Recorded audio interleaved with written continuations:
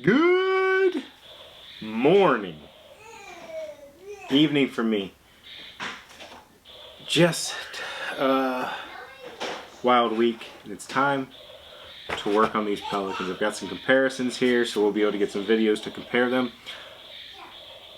I think the P19s, biased, unbiased, I don't know, are the best reverse rainbow roads we've done yet. So let's just get through the process of getting them ready and prepped.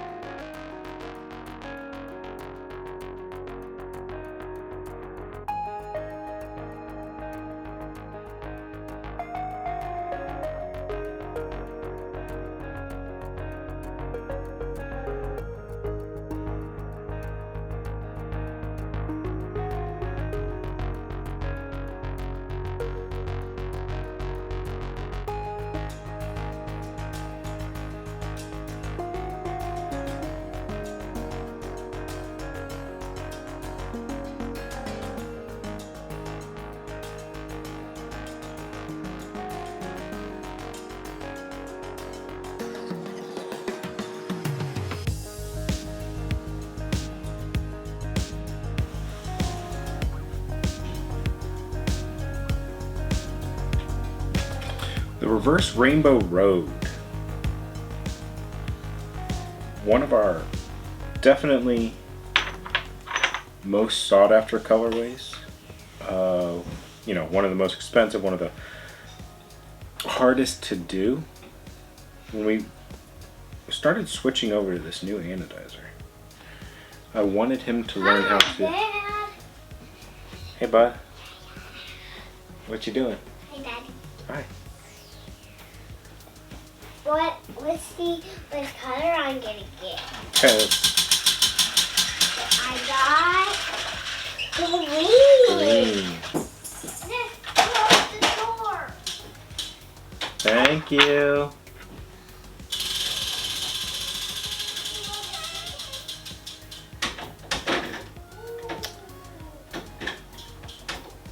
So when we had landed on this new anodizer,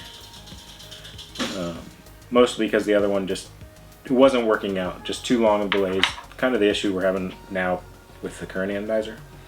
But I really wanted to teach them how to do the swirls, to continue the swirls, just because that was our favorite, a fan favorite, and one of my favorite things because it stands out as unique.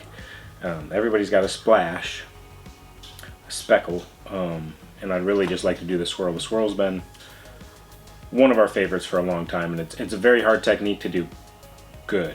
You can get some bad versions of it that don't end up being worth it, but when you do it right, it's perfect. But he still says he's going to figure it out and work on it with me. But back to the story. He, instead of doing that process, he suggested, which wasn't the reverse rainbow road. I believe we did the kaleidoscope first, or maybe the regular rainbow road, which is the black base. I think we did the kaleidoscope first with the speckles. And it was the black base and then this technique, which it's not been done anywhere else. There's no one else doing this. It's not a fade of the colors inside the splash. It's kaleidoscopy, it's random. It's a mix-up, a mash.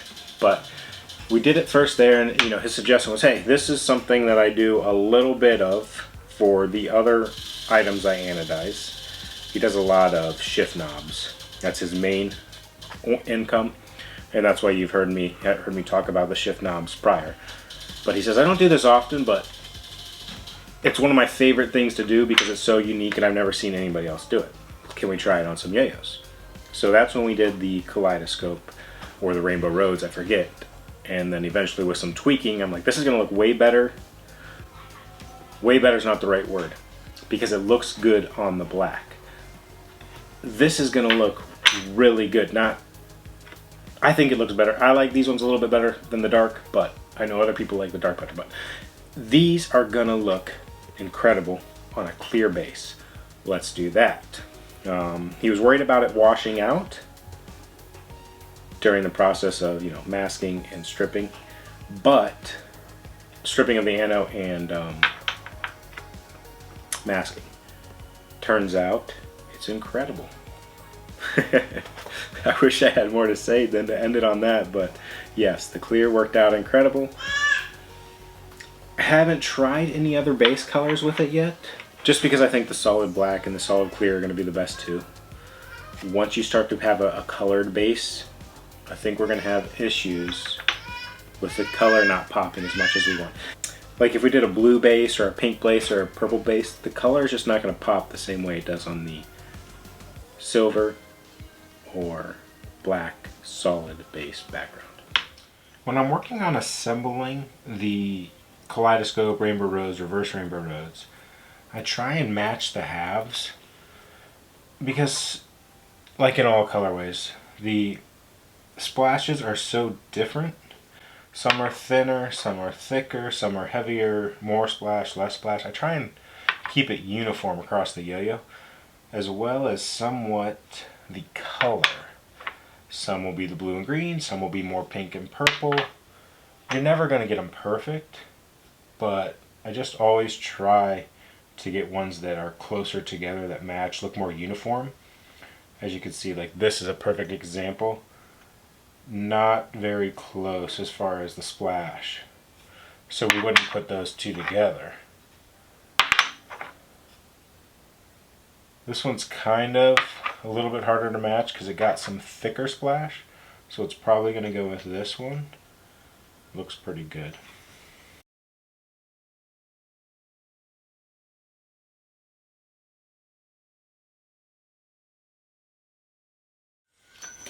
Testing is like the most fun and also most nerve-wracking because you get to enjoy what you've created, but also there's a chance that they're all going to suck and came back bad, and then you are out all that time you put into them, all the resources, all the money.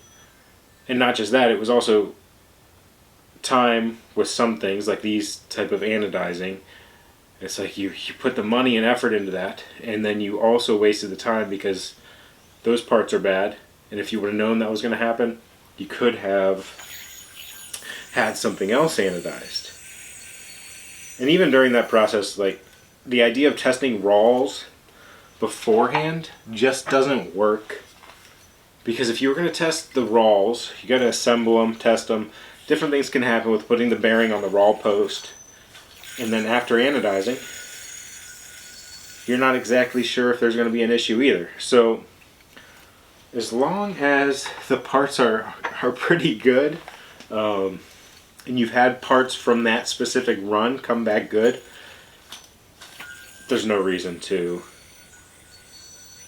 test raw beforehand, because then you don't know if you're putting back the same pieces together after they're anodized.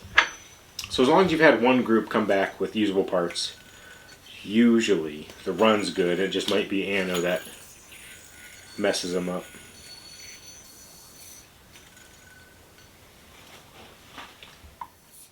Unfortunately, they don't all come out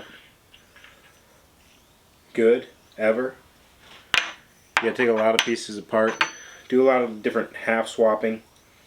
Usually, if a piece ends up needing some help, as far as it needs taken apart and then paired with something else, I have a low success rate of the swap.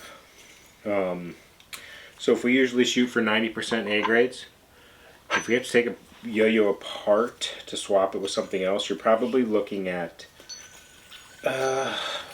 maybe 50% success rate to pull a smooth one out of there. Most of the time you'll be able to pull a A grade out of there, but wait, sorry, you'll be able to pull a glitch out of the swap halves, because sometimes they are, like, when I pull them, take them apart, some aren't even going to pass as a glitch for me. I just have different standards. I don't like anything to go out that I wouldn't be happy getting in a package myself. Even if I got a B grade, I'm still expecting a pretty good yo-yo when I would be ordering a premium product. So a lot of the time, anything that does have like some substantial vibe or issues, they just won't even make it into the public. I'll just get rid of them. Trash grades. And yeah, a lot of people say, I would love to have that glitch, or B grade or C grade, whatever you want to call it, that has a little more vibe. It's just something I'm not okay with as far as the quality control I have on the products. I don't want something to make it out there that I just wouldn't be happy playing or having in my collection or getting if I was getting a G2. What's up, bud? Hi, Dad. Hi. What happened? I want to help you ship the yo-yos. You want to help me ship the yo-yos? I want you help you work. You want to help me work? Okay, I can use a little bit of your help to get a photo. We're not going to ship the yo-yos for a couple more days, Friday. Not quite where we want to be here yet.